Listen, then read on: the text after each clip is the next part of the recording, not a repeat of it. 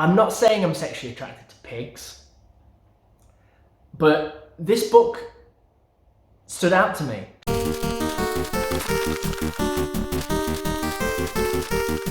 So in Unnatural, the world is inhabited by anthropomorphic creatures. I think I said that right.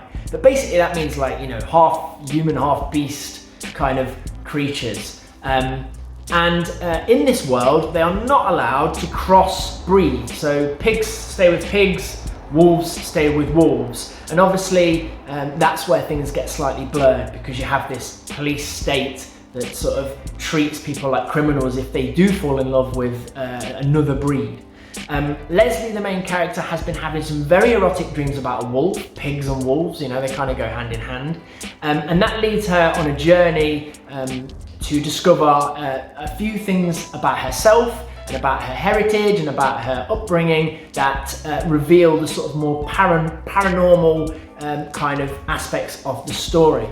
Over the last sort of week or so, I've read the 3 volumes, and I have to say that it's a mixed bag. Now, the book isn't really fantasy, it's more sort of like a thriller, erotica, set in a fantasy world. Now, I love me some talking animals. I know that's not quite the same as what we've got here, but another book had a similar feel to it was Fables, where we had a lot of nursery rhyme fable characters that could talk, and there were pigs. And one thing I will say is that Mirka's artwork is fantastic. It's beautiful, it's gorgeous. There is so much, there's so much beauty in it. And we know her as predominantly as an artist. She did Bombshells, Harley Quinn, she did some Wonder Woman. This is actually one of the books where she took on the dual responsibility of writer and artist. I know that this book was originally an Italian hit, and it came over and was translated into English, and I'm not blaming some of the writing on the translation issues, but I think there is just a small hint of being lost in translation. I think that sometimes some of the things that the characters say come across as really wooden and just kind of like, you know, generic things that people would say, not really specific to the situation. There was one part where our cast of characters is on the run and the villain just turns up at the right time, and to kind of explain that, they just said, oh yeah, we've got drones, so we've been following you, and it just felt like, no, that's too easy, you know.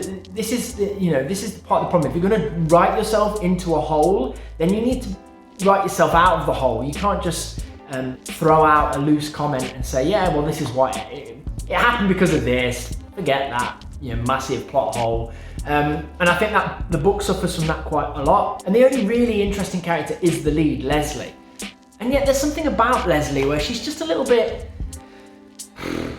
I get that she's supposed to be like a bumbling kind of bimbo that kind of finds herself through the book, but I just feel like it was kind of off-putting, and I think it could have been done better. And I don't know if that's something where it was lost in translation. I'm not going to say that because I think that's an easy get-out clause for the reason why the book hasn't really hit home. There's been some mixed feedback on the ending of the book. The volumes were well-paced, in my opinion, but it did feel like it ended quite abruptly and with a lot of questions still remaining. I won't spoil it here, but you know, perhaps there will be a follow-up series at some point, who knows. But I do feel like, for me, I did force myself to finish it. I'd lost interest, and then it ended abruptly anyway. So I felt like I was just holding on and hoping that something was gonna really stand out. I definitely think you should go out and purchase the first volume and give it a try, just for the artwork alone. But for me, I went big on this, and I bought all 3 volumes. And it's probably not something I would have continued with. It's something that I was kind of forcing myself to finish. I didn't really buy into it. By the middle of the second volume, I was completely out. Some of that might be to do with the fact that the book takes a big change on the theme. It starts out as almost like a teenage love story, like erotica, kind of almost with some political elements. And then it kind of opens up into this like paranormal kind of take on the world, and we get a lot more, and we learn a lot more about those elements of the book. And I think that's perhaps where I kind of started to lose interest. But you know, I'm a big fan of the art, and that's why I bought the book, and that's why I enjoyed the book. So check it out. It's Unnatural, published by Image. It's available for the first 3 volumes. It's written by Mirka Adolfo. Again, Not saying I fancy pigs, but this was pretty cool. Thanks for watching, guys. Don't forget to hit that subscribe button if you're new to the channel, and I'll see you for the next one.